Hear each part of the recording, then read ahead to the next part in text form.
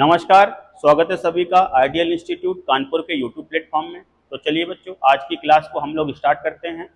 और जैसा कि थंबनेल देख के आप लोग समझ चुके होंगे कि आज की क्लास हमारे होने जा रही है फिल इन द ब्लैंक पर बेस्ड। बढ़ते हैं आज के क्वेश्चन नंबर फर्स्ट पर। तो पहला क्वेश्चन स्क्रीन पे आ चुका है और इसमें लिखा हुआ है the delegates listened to the speaker. ठीक है, डेलीगेट्स ने स्पीकर को सुना। अब हमें यहाँ पर बच्चों हाउ का रिप्लाई लिखना है। अब हाउ का रिप्लाई क्या होता है, तो जैसा कि सभी बच्चे जानते होंगे, जब सब्जेक्ट का हम वर्ब से हाउ का क्वेश्चन करते हैं तो हाउ का रिप्लाई होता है adverb of manner. Adverb of manner. अब देखते हैं इन चार ऑप्शन में एडवर्ब कौन सा है। तो ऑप्शन नंबर ए में हमारा लिखा है अटेंड। अटेंड हमारा होता है वर्ब। अटेंशन जिन शब्दों के लास्ट में सफिक्स tion लगा हो तो ऐसे ज्यादातर शब्द हमारे नाउन होते हैं, तो अटेंशन हमारा हो गया नाउन। अटेंटिव, अटेंटिव हमारा होता है एडजेक्टिव, और एडजेक्टिव में ly को ऐड करने से बनता है हमारा एडवर्ब। अब हमें उस फिल इन द ब्लैंक में हाउ के रिप्लाई की जरूरत थी। The delegates listen to the speaker, how did they listen to the speaker. तो जब भी हाउ के रिप्लाई की जरूरत हो तो हमें वहां पर एडवर्ब ऑफ मैनर लिखना पड़ता है, यानी कि हमें जरूरत है एडवर्ब की। और इस प्रकार ये हमारा पहला क्वेश्चन बड़ी ही आसानी के साथ डिस्कस हुआ। सभी लोग इसका आंसर समझ चुके होंगे कि आंसर हमारा एडवर्ब क्यों है, क्योंकि हमें हाउ के रिप्लाई की जरूरत थी। हाउ का रिप्लाई एडवर्ब ऑफ मैनर होता है, व्हेन का रिप्लाई एडवर्ब ऑफ टाइम होता है, वेयर का रिप्लाई एडवर्ब ऑफ प्लेस होता है, हाउ ऑफन का रिप्लाई एडवर्ब ऑफ फ्रीक्वेंसी होता है, व्हाई का रिप्लाई एडवर्ब ऑफ रीजन होता है। ठीक है, ये सब एडवर्ब पर बेस्ड कॉन्सेप्ट पर ये हमारा आज का पहला क्वेश्चन था। बढ़ते हैं बच्चों क्वेश्चन नंबर नेक्स्ट की तरफ। हाँ जी, दूसरा क्वेश्चन हमारे स्क्रीन पे आ चुका है, देखते हैं इसको कैसे सॉल्व करेंगे। The dash chosen for construction of the building is in the heart of the city. सबसे पहले बच्चों देखना चाहिए कि जो फिल इन द ब्लैंक में हमें फिल करना है वहां पर उस शब्द का पार्ट ऑफ स्पीच क्या होना चाहिए। अब हमें यहाँ पर जो फिल इन द ब्लैंक में वर्ड फिल करना है तो उसके पहले हमारा डिटर्मिनर द लिखा हुआ है। तो आर्टिकल यदि डिटर्मिनर हमारा द यूज करा गया है तो इसका मतलब है कि हमें ब्रैकेट में जरूरत किसकी है, नाउन की। हमें ब्रैकेट में नाउन की जरूरत है। तो सबसे पहले देखें चारों ऑप्शन में कौन कौन से ऑप्शन ऐसे हैं जो नाउन हैं। तो हमारा साइट, साइट हमारा नाउन होता है, इसका मतलब होता है सीन, सीन का मतलब दृश्य। साइट हमारा वर्ब होता है, ठीक है, इसका मतलब होता है टू एक्सप्लेन और टू मेंशन। ये हमारा मतलब होता है इस साइट का, जो कि वर्ब होता है। स्लाइट हमारा एडजेक्टिव होता है, जिसका मतलब होता है मामूली, यानी कि जो चीज कैसी हो, इंपॉर्टेंट ना हो। और हमारा SITE ये हमारा नाउन होता है और इसका मतलब होता है अ लोकेशन, ऐसी लोकेशन जहां पर कंस्ट्रक्शन चल रहा हो, उस कंस्ट्रक्शन वाली लोकेशन को हम कहते हैं साइट। अब सबसे पहले बच्चों हमारे पास से दो ऑप्शन तो इलिमिनेट हो गए। कौन कौन से वाले, हमें नाउन की जरूरत है तो वर्ब का प्रयोग नहीं किया जाएगा, एडजेक्टिव का प्रयोग नहीं किया जाएगा, बचे हमारे पास दो ऑप्शन। अब जैसा कि सेंटेंस में पहले से ही मेंशन है कंस्ट्रक्शन, तो कंस्ट्रक्शन वाली साइट को या कंस्ट्रक्शन वाली लोकेशन के लिए हम वर्ड यूज करेंगे SITE। तो ये हमारा आज का दूसरा क्वेश्चन था जिसको हमने पूरी डिटेल से समझा और यहाँ पर दिए गए चारों शब्दों के हमने मीनिंग जाने, including there part of speech. उनके पार्ट ऑफ स्पीच को जानते हुए हमने इन शब्दों के मीनिंग जाने। ये शब्द आप लोग बच्चों जरूर तैयार रखिएगा, यदि नहीं आते हो तो इनको अपने नोट्स में जरूर शामिल करिएगा, इनको याद करिएगा, इनका पार्ट ऑफ स्पीच भी समझिएगा कि इनका पार्ट ऑफ स्पीच भी क्या है। बढ़ते हैं अब आज के क्वेश्चन नंबर नेक्स्ट की तरफ। अब देखो बच्चों हमारा क्वेश्चन नंबर थर्ड आ चुका है और थर्ड के बारे में समझते हैं कि हमें कैसे इसको सॉल्व करना है। He dash her that she would pass. अब यहां पर हमें ये हमारा ही दिया गया है सब्जेक्ट, हमें यहां पर वर्ब की जरूरत है।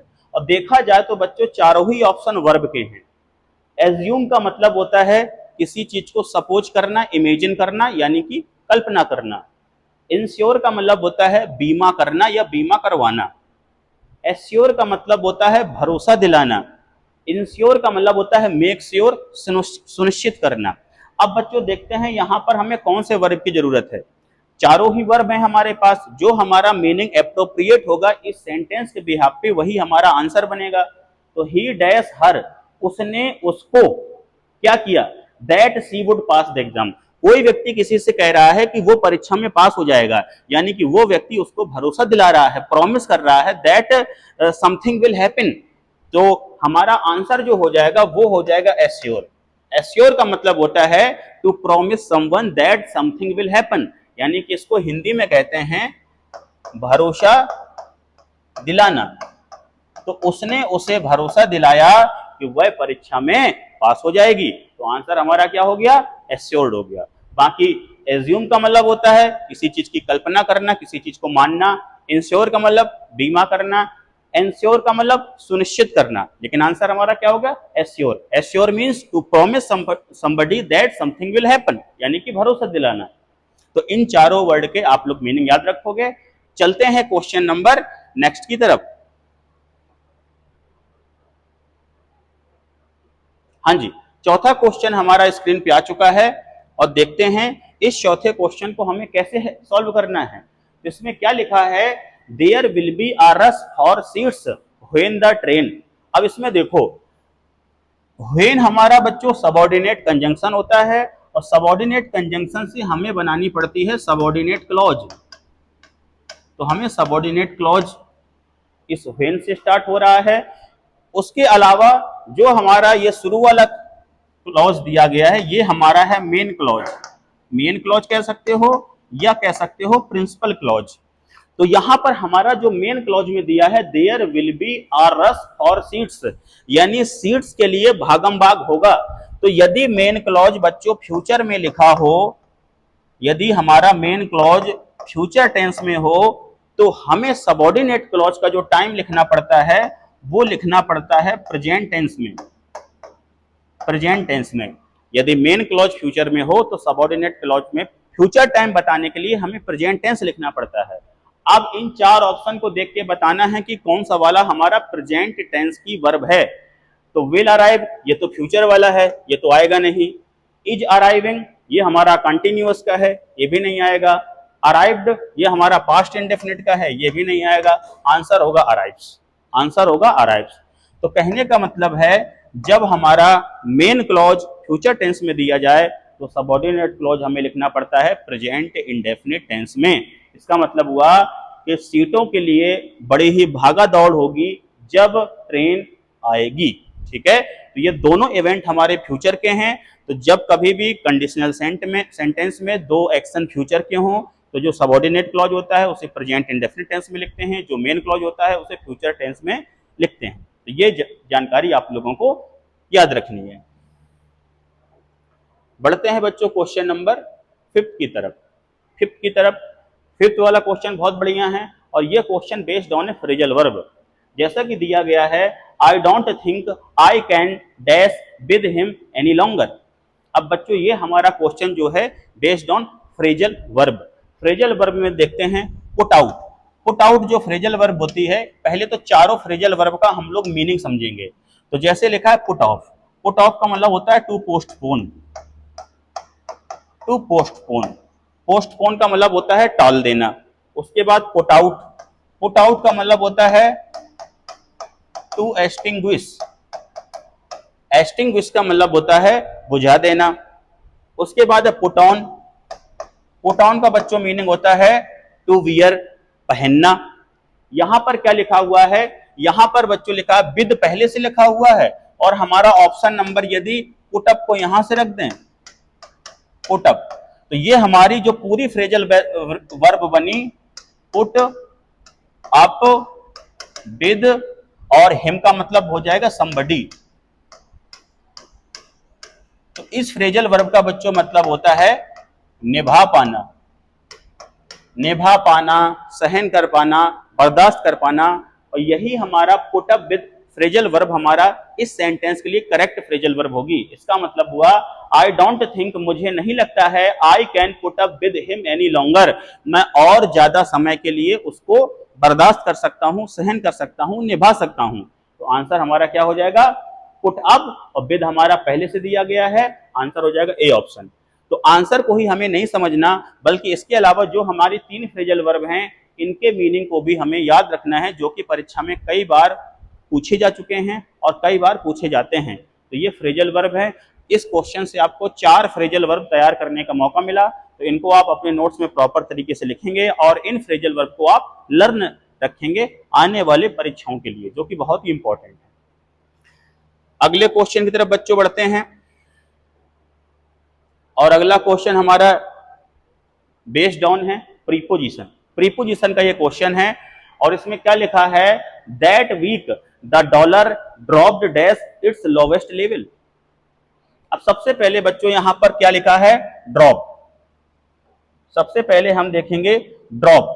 अच्छा, ये हमारा क्वेश्चन थोड़ा सा हम आगे आ चुके हैं। हाँ, ये कंफर्म, इसको बैक जाते हैं। हाँ, तो हम लोग पहले क्या करते हैं, एग्जिट करके क्वेश्चन नंबर 6 पे आते हैं, जो हमारा रह गया था। हाँ चलो, हमारा क्वेश्चन नंबर 6 आ चुका है। तो ये क्वेश्चन हमारा प्रीपोजिशन का है। इसमें क्या लिखा है, that week the dollar dropped dash its lowest level से। सबसे पहले हमें ड्रॉप वर्ब का ड्रॉप वर्ब जो कि दी गई है, तो आप जानते हो ड्रॉप वर्ब का जो ग्राफ बनेगा वो कैसे बनेगा, ऊपर से नीचे। बाय चांस राइज वर्ब का मान लो हमें बनाना होता तो ग्राफ कैसे बनता, नीचे से ऊपर। खैर हमें राइज से मतलब नहीं है, हमें ड्रॉप वर्ब यहां पर दी गई है, उसी से रिलेशनशिप हमें बताना है लोवेस्ट लेवल का। अब ड्रॉप वर्ब का जब ग्राफ ऊपर से नीचे जाएगा, तो ऊपर से किसी चीज की शुरुआत हुई है, तो ये हमारा ओरिजिन है। ओरिजिन का प्रीपोजिशन होता है फ्रॉम। जहां पे जाके कोई चीज समाप्त होती है तो वो डेस्टिनेशन कहलाता है। डेस्टिनेशन का प्रीपोजिशन होता है टू। अब देखो बच्चों, ये हमारा हाईएस्ट पॉइंट है, ये हमारा लोवेस्ट पॉइंट है। हमें लोवेस्ट लेवल के रेफरेंस में यदि प्रीपोजिशन चाहिए तो वहां पे क्या लगाना पड़ेगा, हमें लोवेस्ट लेवल के लिए प्रीपोजिशन चूज करना पड़ेगा टू, जो कि हमारे पहले ऑप्शन में दिया गया है। तो इस प्रीपोजिशन के क्वेश्चन से आपने दो बात समझी कि ड्रॉप वर्ब का पहले ग्राफ बनाओ, जहां से किसी चीज की शुरुआत होती है वो ओरिजिन होता है, ओरिजिन का प्रीपोजिशन फ्रॉम होता है। जहां पे जाके कोई चीज खत्म होती है तो वो हमारा क्या होता है, डेस्टिनेशन होता है। डेस्टिनेशन का प्रीपोजिशन क्या होता है, टू होता है। तो हमें ये हाईएस्ट लेवल हो गया, ये लोवेस्ट लेवल हो गया। लोवेस्ट लेवल के रेफरेंस में हमारा प्रीपोजिशन क्या यूज करा जाएगा, टू का प्रयोग किया जाएगा। और बड़ी आसानी से हमने इस क्वेश्चन को सॉल्व कर लिया। बढ़ते हैं बच्चों क्वेश्चन नंबर नेक्स्ट की तरफ। तो चलिए भाई, हमारा क्वेश्चन नंबर 7 आ चुका है।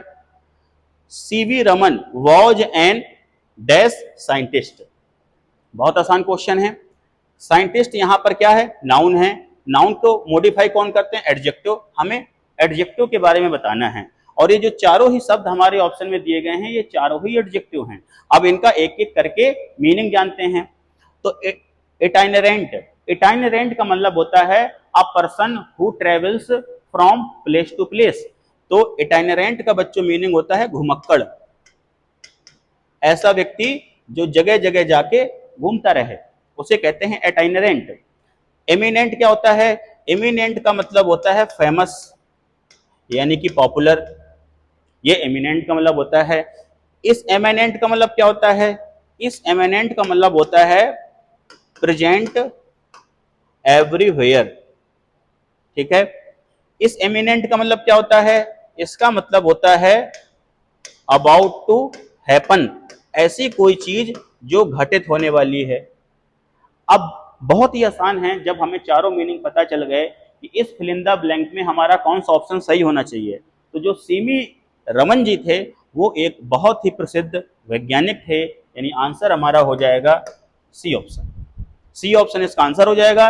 लेकिन फिर वही बात हम दोहराएंगे कि ये बाकी जो 3 ऑप्शन के मीनिंग हैं इनको भी आपको याद रखना है, इनको अपने रजिस्टर में नोट डाउन करना है, बार बार रिवाइज करना है, तब तक रिवाइज करना है जब तक आपको ये लर्न ना हो जाए। ये वर्ड हमारे बहुत फेवरेट है एसएससी एग्जाम के लिए, ये हमेशा पूछे जाते रहते हैं। ठीक है, बढ़ते हैं बच्चों क्वेश्चन नंबर 7 के बाद 8 की तरफ। और 8 हमारा क्वेश्चन जैसा कि स्क्रीन पे आ चुका है। There is no possibility of dash coming late.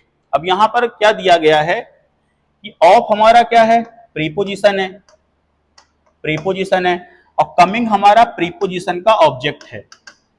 तो वर्ब का आईएनजी फॉर्म जब सेंटेंस का सब्जेक्ट या ऑब्जेक्ट बने तो फिर वो जिरंड की तरह काम करता है। और वर्ब जो हमारा जिरंड होता है, जिरंड के पहले प्रोनाउन का पजेसिव केस इस्तेमाल किया जाता है। अब यदि कमिंग हमारा इस प्रीपोजिशन ऑफ का ऑब्जेक्ट है तो ये हमारा कमिंग किसकी तरह यूज करा जाएगा, जिरंड की तरह। जिरंड के पहले यदि कभी भी कोई प्रोनाउन इस्तेमाल करो तो वो प्रोनाउन किस फॉर्म में यूज किया जाता है, वो हमें पजेसिव एडजेक्टिव का इस्तेमाल करना पड़ता है। अब देखो बच्चों, चारों ऑप्शन पे कौन सा हमारा ऐसा प्रोनाउन है जो पजेसिव एडजेक्टिव के तौर पर दिया गया है। तो पहला हमारा दे है, तो दे सब लोग जानते हो ये सब्जेक्टिव केस होता है। देम हमारा ऑब्जेक्टिव केस होता है, ठीक है। ये हमारा पजेसिव प्रोनाउन होता है, लेकिन हमें जरूरत किसकी है, पजेसिव एडजेक्टिव की। तो आंसर क्या हो जाएगा, आंसर हमारा हो जाएगा बी नंबर, यानी कि there is no possibility of their coming late, उनके देर से आने की कोई संभावना नहीं है, ये इसका मीनिंग हो गया। तो ये इसमें जो बात हमें याद रखनी है कि जब कभी वर्ब का आईएनजी फॉर्म, जब कभी वर्ब का आईएनजी फॉर्म सेंटेंस का सब्जेक्ट या ऑब्जेक्ट बने तो वो हमारा जिरंड कहलाता है। और जिरंड के पहले कभी भी प्रोनाउन इस्तेमाल करना पड़े तो प्रोनाउन का पजेसिव एडजेक्टिव फॉर्म, जैसे आई का माई, वी का अवर, यू का योर, ही का हिज, सी का हर, इट का इट्स, दे का देयर। बढ़ते हैं क्वेश्चन नंबर 8 की तरफ। Nothing dash like success. अभी सेंटेंस में बच्चों आप देखोगे नथिंग हमारा सेंटेंस का क्या है, नथिंग हमारा सेंटेंस का सब्जेक्ट है, नथिंग हमारा सेंटेंस का सब्जेक्ट है, लाइक हमारा प्रीपोजिशन है, और सक्सेस हमारा इस प्रीपोजिशन का ऑब्जेक्ट है। तो आप लोगों ने बच्चों देखा कि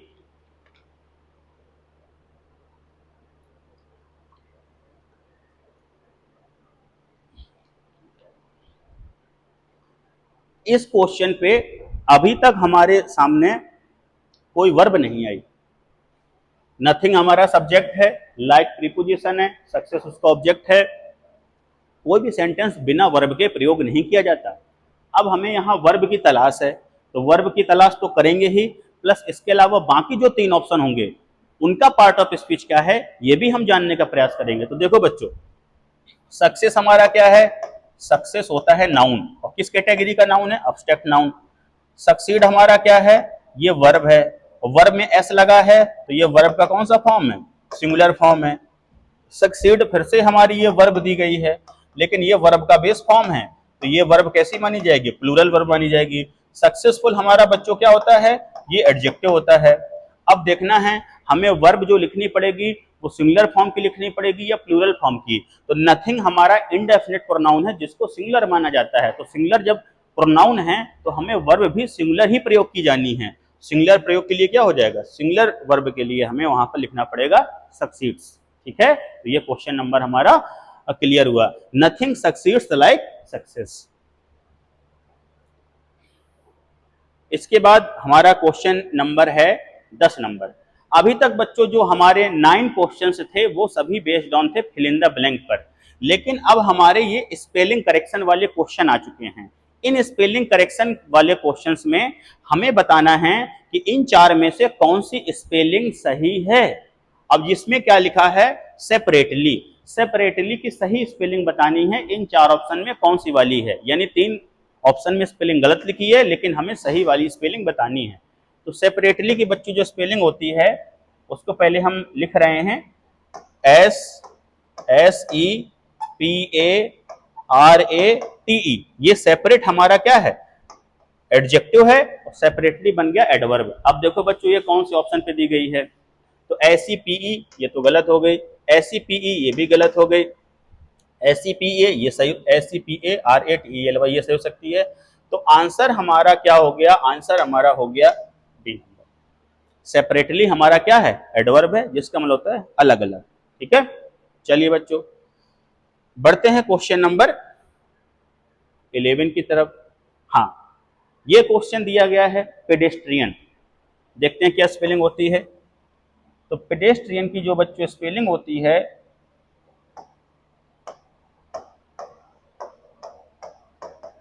पेडेस्ट्रियन, इसका मतलब क्या होता है ये भी जान लें। One who walks on foot, one who walks on foot यानी कि पैदल चलने वाला, ये मतलब होता है पैदल यात्री। तो हमें वन वर्ड सब्स्टिट्यूशन को ध्यान में रखते हुए इस पेडेस्ट्रियन का मीनिंग भी याद रखना है। अब स्पेलिंग बच्चों देखें ये वाली किस में मैच करती है, तो ये पहली तो गलत हो गई, पेडेस्ट्रियन, हाँ ये वाली सही है, ये भी गलत है और ये भी गलत है। आंसर क्या हो गया, आंसर हो गया सी, पेडेस्ट्रियन। पेडेस्ट्रियन का मतलब होता है one who walks on foot, one who goes on foot, ठीक है। यहाँ वॉक्स की जगह गो लिखा जाए तो ज्यादा बढ़िया रहेगा, one who goes on foot, जो कहीं पर पैदल जाता है, तो पैदल यात्री को हम क्या कहते हैं, पेडेस्ट्रियन, ठीक है। बढ़ते हैं क्वेश्चन नंबर नेक्स्ट की तरफ। हाँ जी, बजट से रिलेटेड ये स्पेलिंग है। तो बजट की स्पेलिंग क्या होती है, पहले हम बजट की स्पेलिंग लिखेंगे। तो BUDGET, ये तो हमारा बजट हो गया। अब बजट में, बजट का हमें कौन सा फॉर्म यूज करना है, नाउन फॉर्म। तो नाउन फॉर्म यूज करना है, तो सॉरी, बजट तो हमारा खुद ही नाउन है, इसका एडजेक्टिव फॉर्म क्या बनेगा, तो बस उसमें क्या लगा देना पड़ेगा, ARY एज अ सफिक्स हम बजट में जब जोड़ देंगे तो वो बन जाएगा एडजेक्टिव। अब देखें बजटरी कहाँ पर लिखा हुआ है, तो ERY, ये तो गलत हो गया, ERY ये भी गलत हो गया, BUD डी है नहीं, ये भी गलत हो गया। तो ऑब्वियस सी बात है ऑप्शन नंबर कौन सा है, सी स्पेलिंग सही होगी। BUDGET ये बजट है, हमारा नाउन है, फिर ARY जोड़ दिया तो ये बन गया हमारा एडजेक्टिव। बजटरी का मतलब रिलेटेड टू बजट, ठीक है, बजट से संबंधित। बढ़ते हैं बच्चों क्वेश्चन नंबर 13 की तरफ। इसमें हमारा एक एडजेक्टिव पास्ट पार्टिसिपल दिया है एम्बैरेस्ड। तो देखो बच्चे इसकी स्पेलिंग क्या होती है, तो एम्बैरेस्ड, एम्बैरेस्ड का बच्चों मीनिंग होता है शर्मिंदा। ये हमारा क्या है, एक एडजेक्टिव है, ठीक है। अब देखें बच्चों कौन सी स्पेलिंग सही है, EMBARRASSED, ये पहली ही बच्चों सही लग रही है, पहली सही होगी। इसमें क्या है, EMBARRASS नहीं है इसमें, इसलिए ये गलत हो गई, ठीक है। EMBA इसमें सिंगल आर है, ये भी गलत हो गई, EM सिंगल आर है, फिर से गलत हो गई। तो आपको याद रखना है एम्बेरेस्ड में कि जो हमारा आर है वो भी डबल बार है, जो एस है वो भी डबल बार है, ठीक है। एम्बेरेस हमारी वर्ब होती है, एम्बेरेस्ड हमारा पास्ट पार्टिसिपल एडजेक्टिव की तरह इस्तेमाल किया जाता है, एम्बेरेसमेंट हमारा नाउन होता है, ठीक है। तो आपको क्लियर हो गया होगा, एम्बेरेस्ड का मतलब होता है शर्मिंदा, जिसका पार्ट ऑफ स्पीच है एडजेक्टिव। बढ़ते हैं क्वेश्चन नंबर 14 की तरफ। हाँ जी, अकरेंस। अब अकरेंस जो वर्ड है ये बना है अकर से। हमारी जैसा कि एक वर्ब होती है अकर, अकर हमारी वर्ब होती है जिसका मतलब होता है किसी चीज का घटित होना, किसी चीज का घटित होना। तो अकर हमारा वर्ब है, इसी का जब हम नाउन बनाते हैं तो ये बनता है अकरेंस। अकरेंस हमारा बनता है नाउन जिसका मतलब होता है कोई घटना, ठीक है। तो अकरेंस हमारा देखें किस ऑप्शन में दिया गया है, CCU, सिंगल आर है तो गलत हो गया, सिंगल ये भी गलत हो गया, इसमें ई नहीं है ये भी गलत हो गया, तो OCCU आंसर हो जाएगा बी नंबर। अकरेंस हमारी स्पेलिंग बी नंबर वाली बिल्कुल सही लिखी है। बढ़ते हैं आज के अंतिम क्वेश्चन की तरफ।